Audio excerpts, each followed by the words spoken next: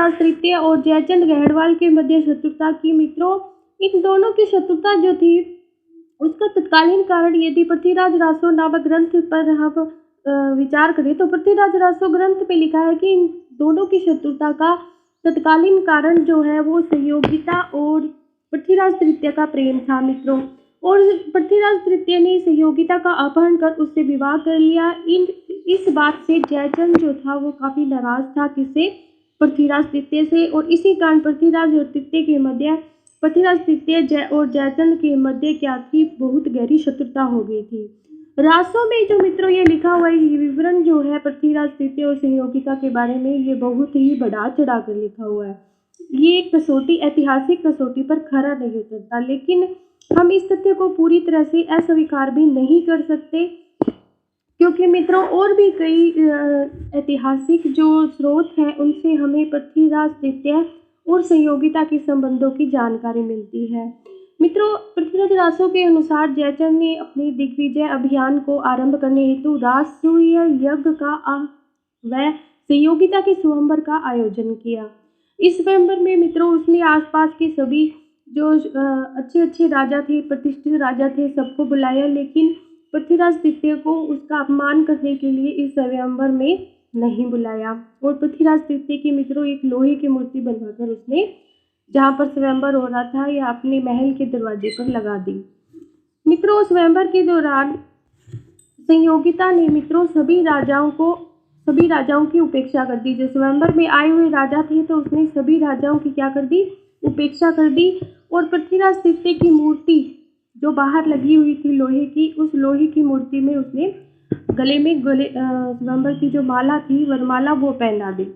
अब लोहे की मूर्ति को जब वरमाला पहना दी तो इस बात का जब पृथ्वीराज तृतीय को पता लगता है तो पृथ्वीराज तृतीय क्या करते हैं, सहयोगिता का अपहरण कर उसे उठा ले जाते हैं। मित्रों, सहयोगिता और पृथ्वीराज तृतीय का पीछा करने के लिए बहुत से जो जयचंद गढ़वाल के जो सैनिक हैं उसका पीछा करते हैं, बहुत से वीर सामंत है जो उसे रोकने का प्रयास करते हैं, लेकिन पृथ्वीराज तृतीय जो है वो सहयोगिता को ले भागता है। तो इस बात से जयचंद गढ़वाल जो है काफी क्रोधित हो जाता है, तो एक तरह से बहुत ही बड़ा शत्रु बन जाता है पृथ्वीराज तृतीय का। मित्रों, इसकी आगे की बात जाने तो पृथ्वीराज तृतीय का पीछा करते हुए कई चौहान सरदार वीर योद्धा जो सैनिक थे वो मारे गए इस संघर्ष में। और कन्नौज से सापला तक का जो मोर्चा था वहाँ पर मोर्चा बांधकर गढ़वाल सेनाओं ने रोकने का प्रयास किया, लेकिन पृथ्वीराज तृतीय के आगे किसी एक की नहीं चली।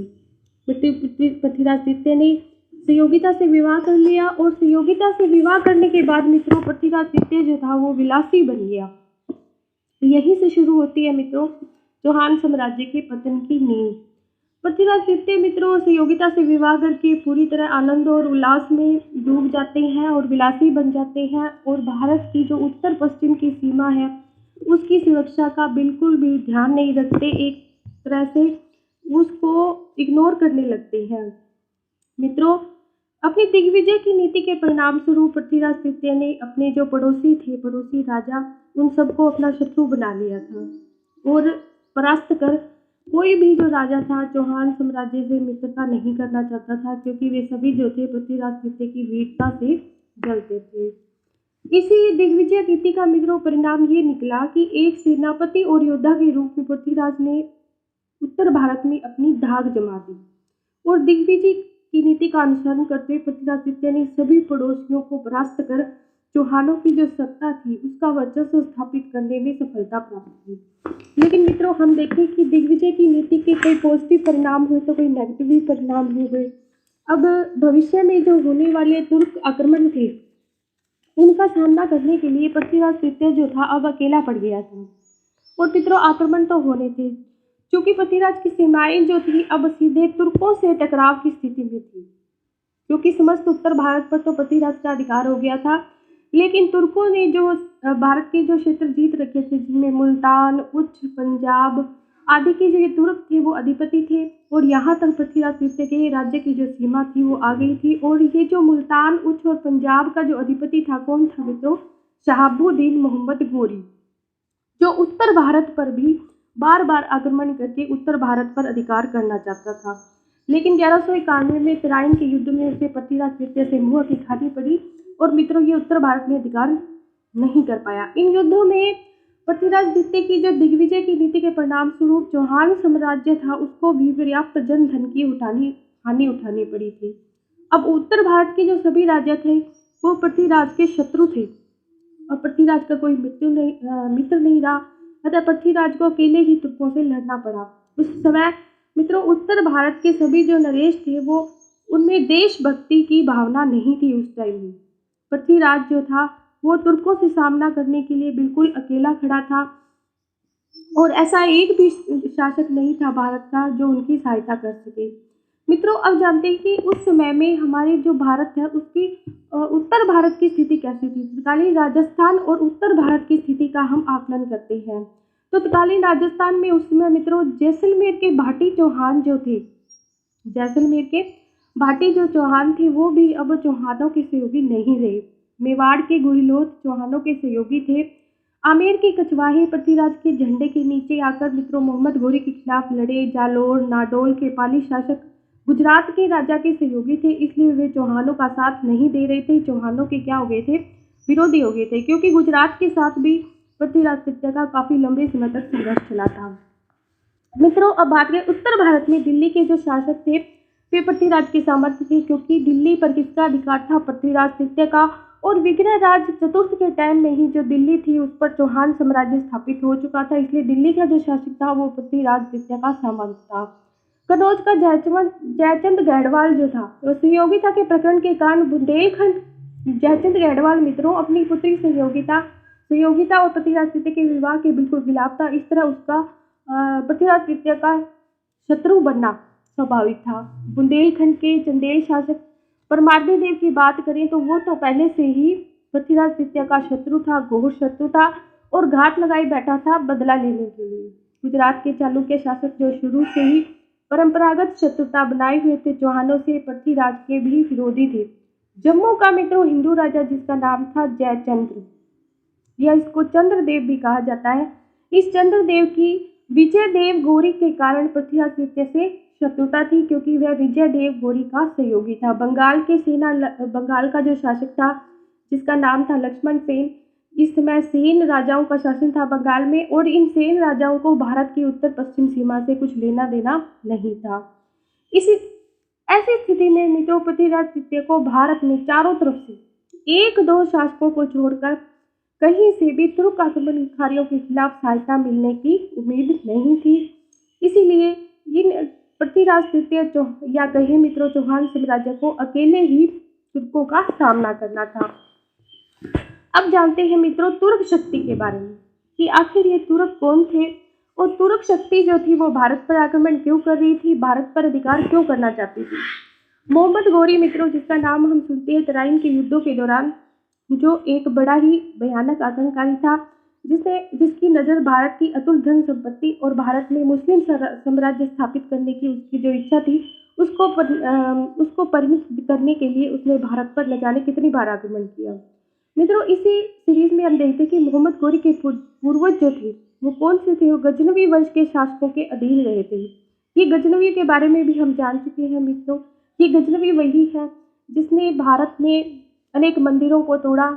यहाँ का जो प्रसिद्ध सोमनाथ मंदिर मित्रों जो गुजरात में है, गुजरात के सोमनाथ मंदिर को ले जाने कितनी बार तोड़कर और उसे जन धन की क्षति पहुंचाई।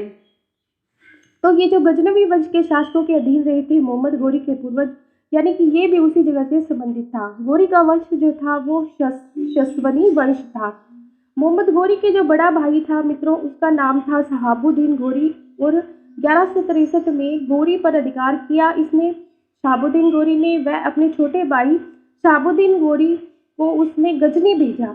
गजनी पर उसने अधिकार कर लिया शहाबुद्दीन घोरी ने। फिर गयासुद्दीन ने 1173 में गजनी का जो शासन था वो किसको दे दिया, मोहम्मद घोरी को, क्योंकि उसने मोहम्मद घोरी ने भी गजनी को जीता था, किंतु वह अपने भाई को अपना संप्रभु मानता रहा। ये मोहम्मद घोरी जो क्या था मित्रों, ये अपने भाई को ही अपना सब कुछ मानता था। भले ही वह अपने मामलों में पूर्णतः स्वतंत्र था, लेकिन मोहम्मद घोरी के भारत अभियानों के कारण क्या रहे मित्रों, ये हमारे लिए जानना जरूरी है। तुर्कों की पृष्ठभूमि जो है मित्रों चौहान शासन में ये इतना महत्व नहीं रखती है जितना हम ये जाने कि तुर्क जो थे उन्होंने भारत पर आक्रमण क्यों किया, मोहम्मद गोरी का भारत पर आक्रमण करने का क्या कारण था। तो मित्रों इसका एक कारण ये था, पहला कारण हम जाने तो साम्राज्यवादी महत्वाकांक्षा। साम्राज्यवादी महत्वाकांक्षा मित्रों कोई सामान्य सी बात है, प्रत्येक शासक के मन में होती है, लेकिन इससे भी कई और कारण जुड़े हुए, उनके बारे में भी हम विस्तार से जानेंगे। लेकिन जानते हैं कि मोहम्मद गोरी की कौन सी साम्राज्यवादी महत्वाकांक्षा थी जिसके कारण उसने भारत पर आक्रमण किया। तो वह स्वयं को श्रेष्ठ सिद्ध करना चाहता था, शक्ति संपन्न व समृद्धिशाली बनना चाहता था। मित्रों ये मोहम्मद गोरी जो था वो प्रारंभ से ही महत्वाकांक्षी था और भारत में इस्लामिक साम्राज्य की स्थापना करना चाहता था। दूसरा कारण अब जाने तो गजनवी वंश व गोरी वंश में शत्रुता थी। मित्रों उस समय पंजाब में क्या था कि गजनवी ही वंश का खुसरो मलिक का शासन था और वंशानुवंश शत्रुता जो परंपरागत चली आ रही थी, ये मोहम्मद गोरी जो था वो खुसरो मलिक से पंजाब छीनना चाहता था, इसलिए भी उसने भारत की उत्तर पश्चिम सीमा पर आक्रमण किया। अफगानिस्तान के में विस्तार पर विरोध।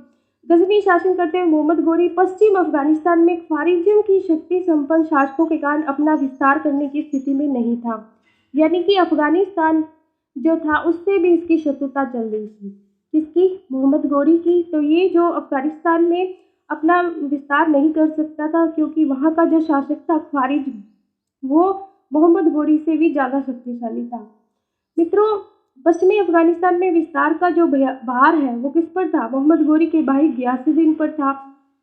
अतः मोहम्मद गोरी का विस्तार दक्षिण पूर्व में ही संभव था, यानी कि अब वो अफगानिस्तान में तो अपना विस्तार कर नहीं सकता था, इसलिए उसने अफगानिस्तान को छोड़ा भारत की तरफ रुख किया और भारत में उसने विस्तार करना शुरू किया, क्योंकि वह भारत पर जो विस्तार की उसकी नीति थी उसके अंतर्गत उसे सरलता लग रही थी कि अब वह सरलता से भारत में विस्तार कर सकता है।